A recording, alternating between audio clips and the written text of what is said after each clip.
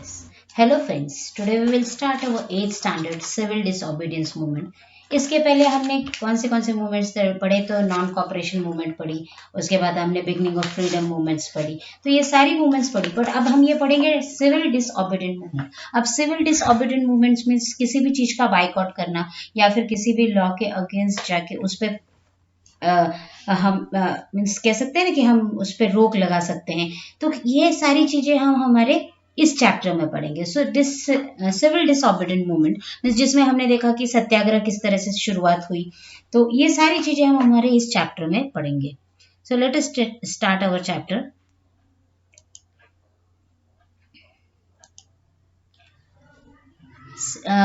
After the resolution of a complete independence was passed in the Lahore session, Mahatma Gandhi decided to launch the civil disobedience movement. Before beginning this movement, Gandhiji put up various demands in the front of British government.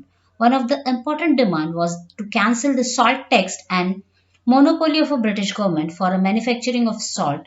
But because the demand of Gandhiji were rejected by the government, he decided to launch Satyagraha all over India by breaking the Salt Act. अब देखा जाए, देखिए after the resolution of complete independence, जब हमें independence मिला उसके बाद क्या हुआ, लाहौर सेशन हुआ, डिवाइडेशन हुआ। उसके बाद Mahatma Gandhi decided to launch the civil disobedient movement. Mahatma Gandhi ने तय किया कि हम ब्रिटिश के खिलाफ जाके ये मूवमेंट स्टार्ट करेंगे, जिसे डिसोबीडिएंस मूवमेंट कहा जाता है।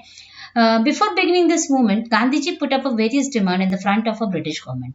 इस मूवमेंट के दरमियान मीन्स इसके शुरू होने से पहले गांधी जी ने क्या किया, बहुत सारी डिमांड ब्रिटिश गवर्नमेंट के आगे रखी, जिसके one of the important demand was to cancel the salt tax. और उनका सबसे महत्वपूर्ण भाग क्या था कि नमक पे जो टैक्स लगाया जाता है, मोनोपोली कहते हैं ना, एक ही इंसान मीन्स एक ही सरकार उन चीजों को उत्पादन करती है। जैसे कि नमक का हुआ तो ब्रिटिश गवर्नमेंट ही नमक का उत्पादन कर सकती है, तो जो टैक्स उस पर लगता था उसे रोका जाए। Monopoly of a British government for manufacturing of salt, कि सिर्फ ब्रिटिश गवर्नमेंट ही नमक बनाती थी, तो उसके ऊपर से वो हटाया जाए। But because the demand of Gandhiji were rejected by the government, he decided to launch Satyagraha all over India by breaking the Salt Act. और इसी वजह से जब ब्रिटिश गवर्नमेंट ने ये मानने से इनकार कर दिया तो गांधी जी ने तय किया कि हम इसके खिलाफ जाके सत्याग्रह करेंगे, सॉल्ट एक्ट बनाएंगे, नया कायदा जिसे कह सकते हैं हम। और उन्होंने ये गवर्नमेंट के खिलाफ जाके सत्याग्रह लॉन्च किया। Salt is an important ingredient in the food of a common people. अब देखा जाए तो आज हमारे रोजमर्रा की जिंदगी में नमक एक अहम भाग हो गया, अहम हिस्सा हो गया। अगर खाने में नमक नहीं रहा तो स्वाद नहीं मिलता। Hence it was unjust to impose tax on an essential commodities like salt. अब देखा जाए तो नमक पे टैक्स, ये बहुत बड़ी बात है। Therefore Gandhi started the salt Satyagraha. Salt Satyagraha was symbolic, नमक सत्याग्रह, दांडी मार्च उन्होंने स्टार्ट किया था। जो उन्होंने स्टार्ट किया था 12 मार्च 1930 में स्टार्ट किया था, नमक सत्याग्रह जिसे कहा जाता है। तो वो उन्होंने स्टार्ट किया, वो भी उन्होंने कैसे स्टार्ट किया, एक सिंबॉलिक दिया, उन्होंने उसको एक सिंबल दिया, सॉल्ट सत्याग्रह मीन्स नमक सत्याग्रह जिसे कहा जाता है।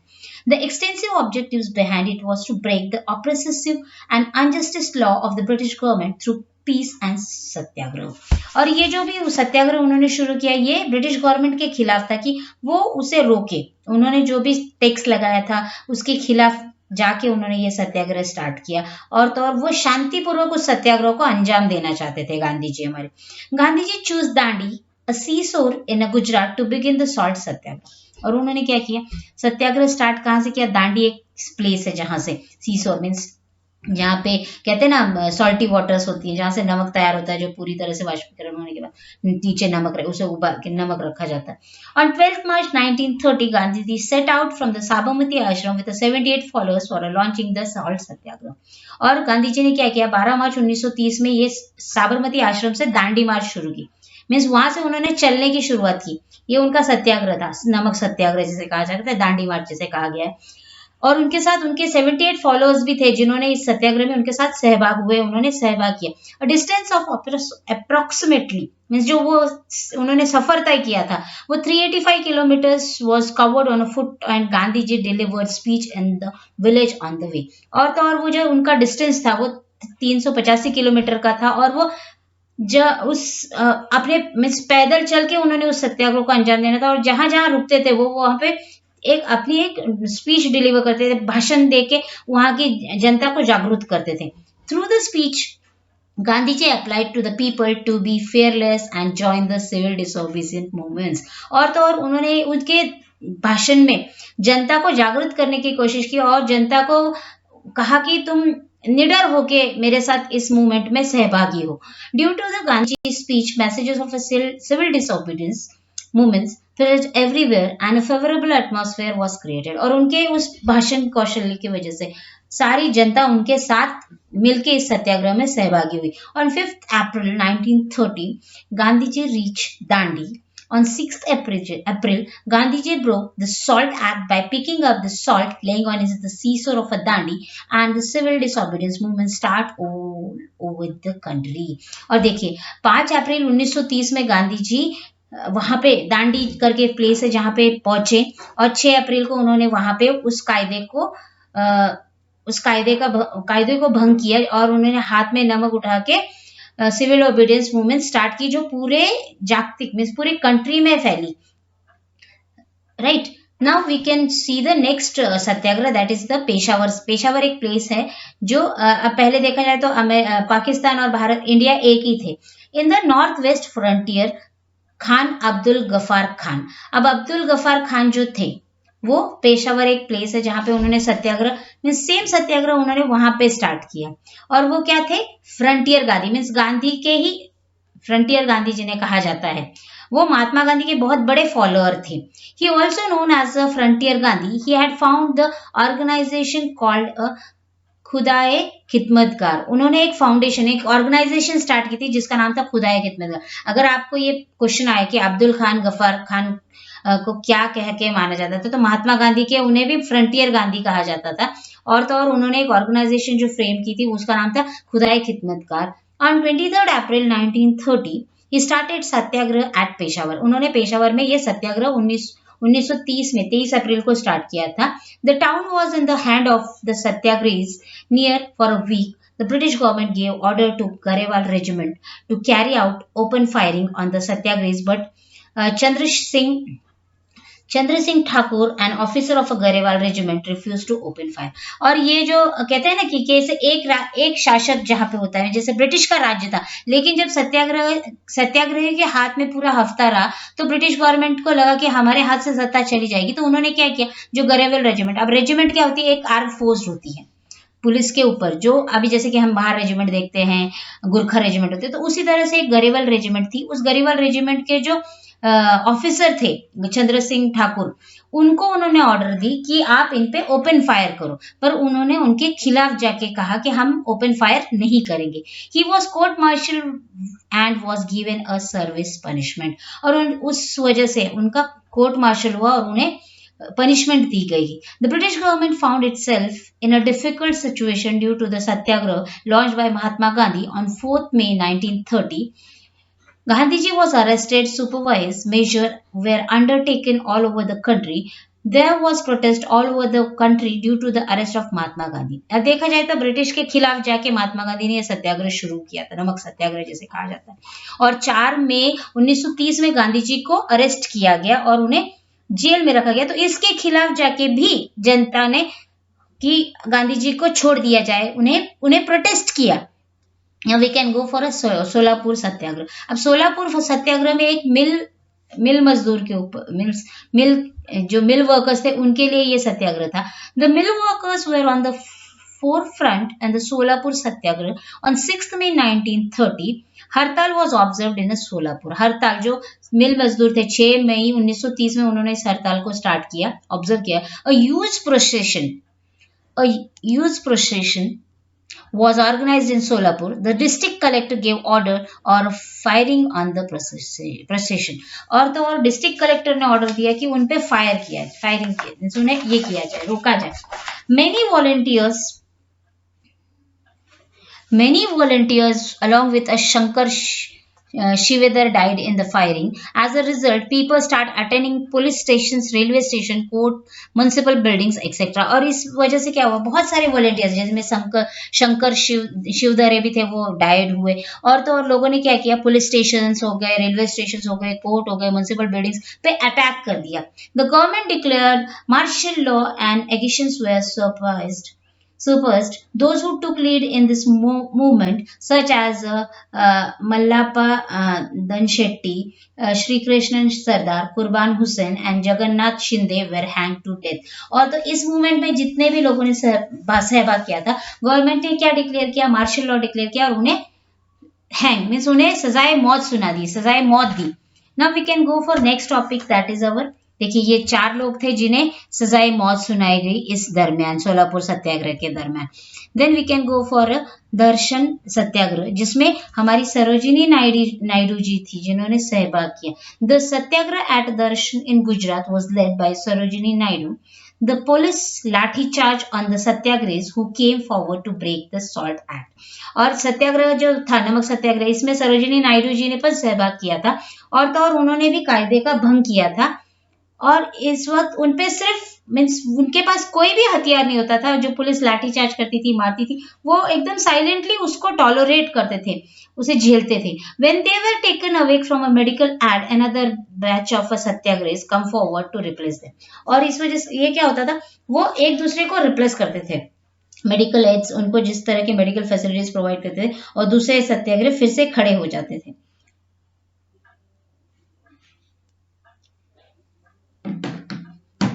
This continued endless. In Maharashtra, salt satyagraha took place at Wadala, Malvan and Shiroda. अब वडाला जो मुंबई में है, देन मालवन कोकण भाग आता है, देन शिरोडा, ऐसे बहुत सी जगह पे नमक सत्याग्रह की शुरुआत हुई. Where there were no salt pains, the forest laws were broken. There were jungle satyagraha at Bhilas, Sangamner, Kalwan, Shinar and Push इन महाराष्ट्र. अब जहां पे नमक सत्याग्रह के लिए जगह नहीं थी, फॉरेस्ट थे, जंगल थे, तो वहां पे जो आदिवासी लोग होते उन्होंने भी सत्याग्रह स्टार्ट किया, जंगल बचाओ सत्याग्रह जिसे कहते हैं. जैसे कि महाराष्ट्र के बहुत सारे विभाग जिसमें थे, संगमनेर हो गया, कड़वन हो गया, चिनार हो गया, पोषद हो गया, ये सारे महाराष्ट्र के ट्राइबल पीपल्स थे. उन्होंने भी इस सत्याग्रह में ज्यादा मात्रा में सहभागी हुए. Now we can go for our next topic that is a sacrifice of a Babu Genu. अब बाबू गेनू जो थे कि मुंबई के जो मिल वर्कर्स थे, कह सकते हैं कपड़ा मिल जहां पे वो काम करते थे, उन्होंने जैसे कि खादी उत्पादन है तो हम फॉरेन की चीजों को बैन कर देते हैं, इस तरह से उन्होंने इसके खिलाफ जाके मूवमेंट स्टार्ट की. In Mumbai there was a ignition against foreign goods. The vehicle transporting foreign goods were obstructed. और जो फॉरेन में गुड्स ट्रांसपोर्ट होते थे उन्हें रोकने के लिए Babu Genu said a mill worker from Mumbai was in the forefront in this movement. A truck carrying foreign goods safeguarded by the police came to the front of Babu Genu to stop the truck. He led down on the road. Police threatened him, but he did not move from his place. Finally, he was crushed under the truck. Babu gained martyrdoms peace. अब देखा जाए तो ये जो topic था कि इसमें बाबू गेनी जो थे वो उन्होंने जो फॉरेन से गुड्स मंगाए जाते थे उन ट्रक्स को रोकने के लिए, पुलिस प्रोटेक्शन में वो ट्रक्स थी, उन्हें रोकने के लिए उन्होंने रास्ते पे सत्याग्रह, रास्ते पे वो लेट गए. इस वजह से क्या हुआ, ट्रक के नीचे कुचलकर उनकी मृत्यु हो गई, तो उन्हें एक वीर मरण मिला. Now features of a civil disobedience. अब हम ये देखेंगे This sacrifice of Babu Genu gave inspired the national movement और ये नेशनल मूवमेंट कहलाई. बट उससे पहले हम देखेंगे feature of civil disobedience movement. अब डिसोबीडियंट मूवमेंट्स के जो फीचर्स थे, all the movements till now were limited only to urban areas. अब जो भी मूवमेंट्स थे वो सारे कहते हैं अर्बन एरियाज में थे, रूरल एरियाज में नहीं. But this movements become a national wide movements. People from rural areas register their participations also. देखिए सिर्फ अर्बन एरिया में जो ये मूवमेंट्स चल रही थी तो उनको देखा देखी नेशन में पूरी तरह से जन जागृति फैली और तो जो रूरल एरियाज के लोग थे वो भी उसमें पार्टिसिपेट होने लगे. Women also take part in the large number. Kasturba Gandhi, Kamala Devi Chattopadhyay, Avantika Bai Gokhale, Lilavati Munshi, Hasain Ben Mehta led the satyagraha. और ऐसे बहुत सारी लेडीज ने इसमें पार्टिसिपेट किया. This movement was based on complete non violence. और ये जो भी मूवमेंट चली ये कैसी थी, नॉन वायलेंस मीन्स कहीं भी कोई भी वायलेंस नहीं था, सब शांतिपूर्वक चल रहा था. The British government was trying to greatly surprise the movement, but the people protest unarmed due to this the Indian people become fearless. और इनके खिलाफ मीन्स बिना हथियार के उन्होंने इस लड़ाई को फेस किया और पूरे जागरूकता के साथ मीन्स बिना किसी डर के उन्होंने इस लड़ाई को फेस किया। Now we can go for our next point, that is a round table conference. अब ये राउंड टेबल कॉन्फ्रेंस क्या थी? उसके पहले हमने बाबू गेनू के बारे में पढ़ा कि उन्होंने किस तरह से फॉरेन गुड्स को रोकने के लिए अपनी अपने आप को शहीद किया। तो we have seen so many things in that.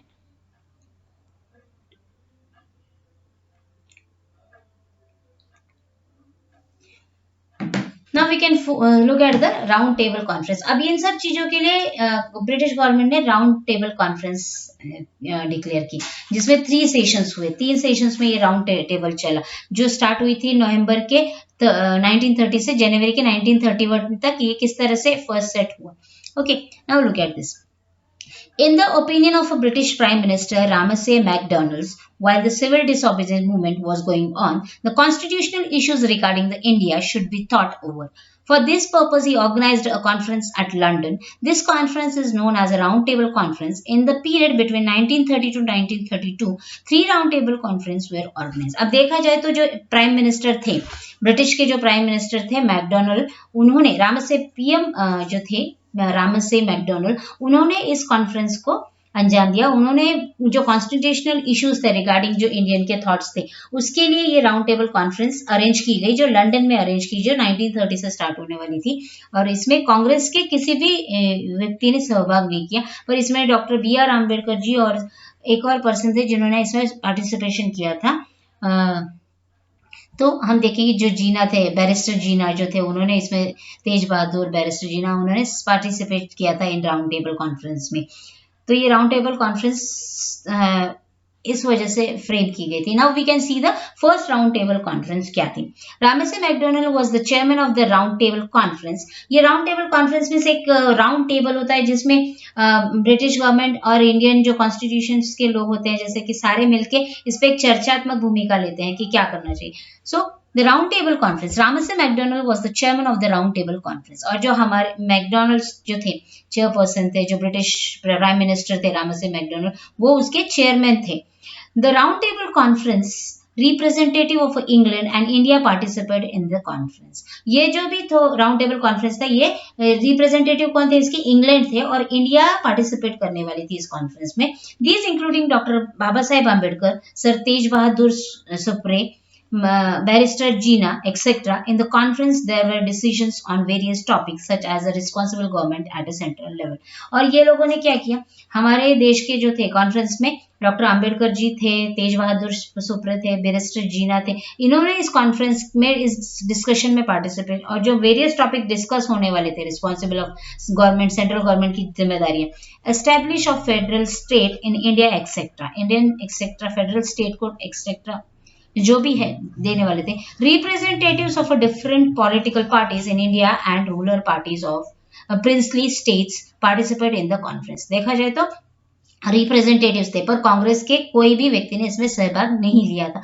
अलग अलग स्टेट्स के लोग भी इसमें सहभाग होने वाले थे। However the Indian Congress did not participate in it. Congress party के किसी भी नेता ने इसमें सहभाग नहीं लिया। The Indian National Congress was a body that represents the country.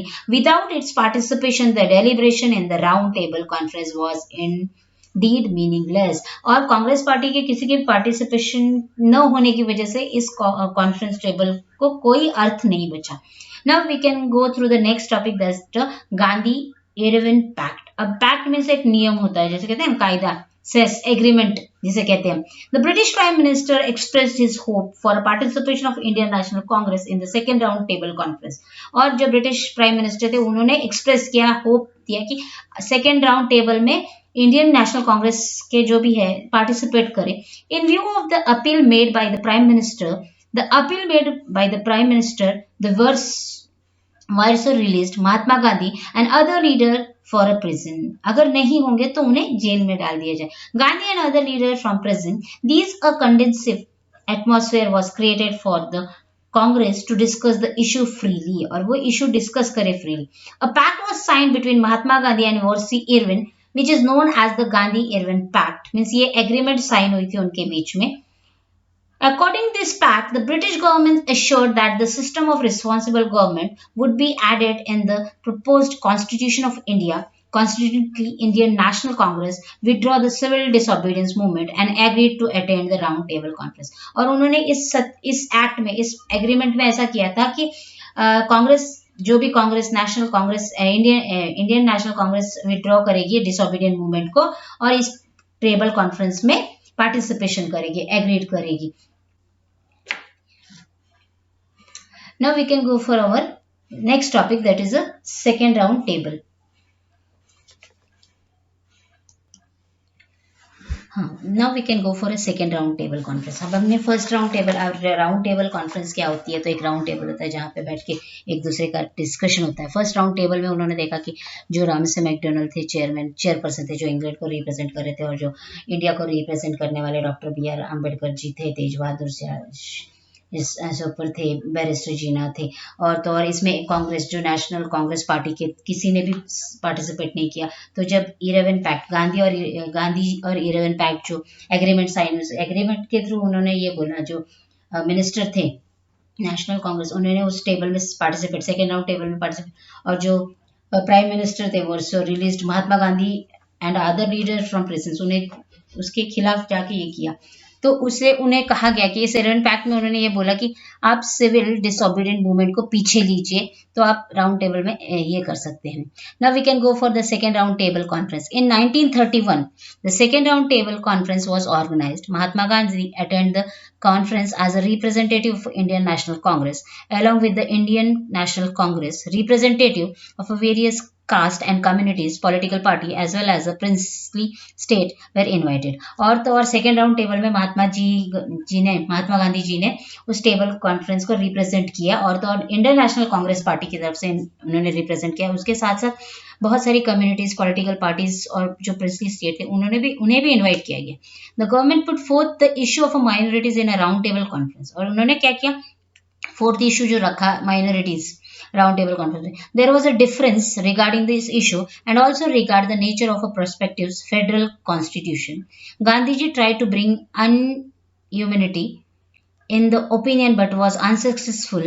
Finally, Gandhi ji became disappointed and returned back to India. और उन्होंने कहा कि उनको जो भी है वोटिंग सिस्टम कह सकते हैं माइनॉरिटीज को, उनको अलग एक ये दिया जाए, मेजोरिटी दी जाए.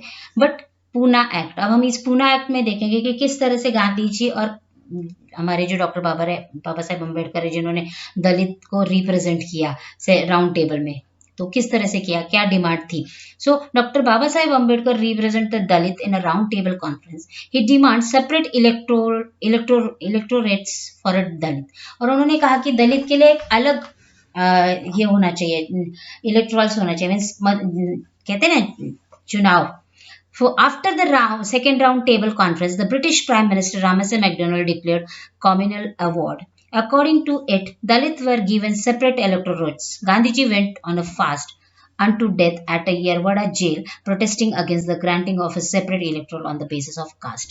अब देखिए, उस समय जो रामसे मैकडोनल्ड्स थे उन्होंने उसे डिक्लेयर किया, बट गांधी जी उसके खिलाफ थे कि दलित को अलग मतदान का अधिकार ना मिले.